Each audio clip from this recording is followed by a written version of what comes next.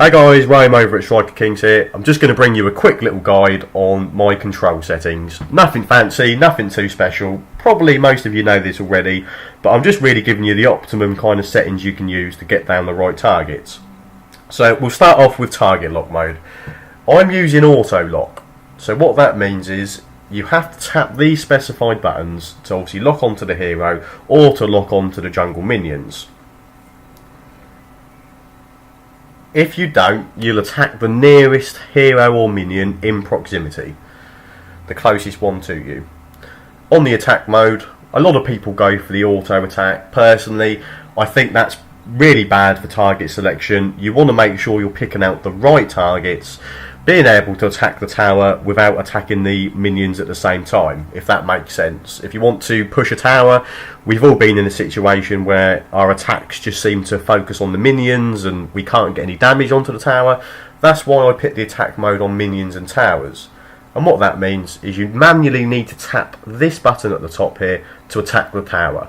And for as long as you're tapping that button, your hero will not attack anything else in proximity. The bottom button below it, if you tap that, you will obviously target the monsters or minions that are in proximity instead. Pretty simple. In terms of target priority, I know a lot of people have got the top option ticked and go for the lowest HP percentage.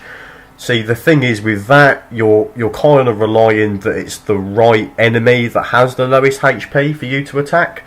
So what I do is I put my preset onto nearest, and that way what you're relying on is good positioning in team fights and getting a good angle to attack the right heroes. And as long as you're close to them, they'll be the first on your selection for attacking.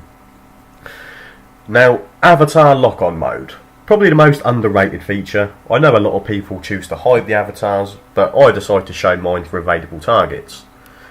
Now, what does it actually do and what does it mean? The avatar lock-on mode. Say for example, as you see in the screen here, you've got 5 different targets on the screen, which is quite common in large team fights. Sometimes it's a bit hard to get close to the right hero that you want to attack. So what you do is you tap on the respective hero on the screen, and that will allow you to attack them. If you want to lock onto them, press the button previously mentioned up here on the target lock-on mode here at the top in the gold.